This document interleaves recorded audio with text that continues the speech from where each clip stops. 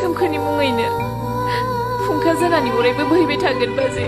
बे माब्लाबाबो जानो हाया आफा, माब्लाबाबो जानो हाया। गासिबो मानसिनि दैया रोखोमसेयानो। नोंसोरो सोमखोरखौ गोरिब होननानै मुगैनायनि फिथाइखौ दिनै मोनबाय दा। माबायदि मोनखो नोंसोरो?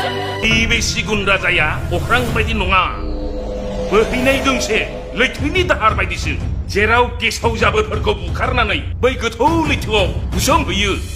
अख्रां सौसि सौसि बिरबायग्रा बे नोंनि गोसोआ बे गांसोबारिनि लामाजों बोरै थाबायनो रोंनो? सनाजों ओंखाम जानाय सिमां जोंहा मालाबाबो गैफेरा, आरो दिनैबो बे सिमाङा जोंजों थानाय नङा। नोंनि नोमफाया बोरलाबसिन गावहरनाय बायदिसो, जेरै गावहरो सिदा थांखायो। खेंख्राखेंख्रि आंजों सोलिया, मोनथिबाय? आरो आंनि बे कन्डिसनखौ बिसोर मिथियो। नैबे सिंनि कन्डिसनखौ बादामालिफ्रा जे जिलांजोब्बाय बेफोरखौ मिथियो बिसोरो। आंदि मा जानानै थादों। आरो बुजियाखैबा नोंसोरबो बुजिनो नाजा। मानोना जोङो मानसिसो, जोंनि थैनि गाबा रोखोमसेयानो। बिरिद', नों आंनि फिसाखौ मानो बिदि खालामखो? सोर दङ नोंहा बे जिउआव? जायफोरनि गोसोनि साननायाव मैला सिथाबना थायो बेलाय बहा होनो? मा?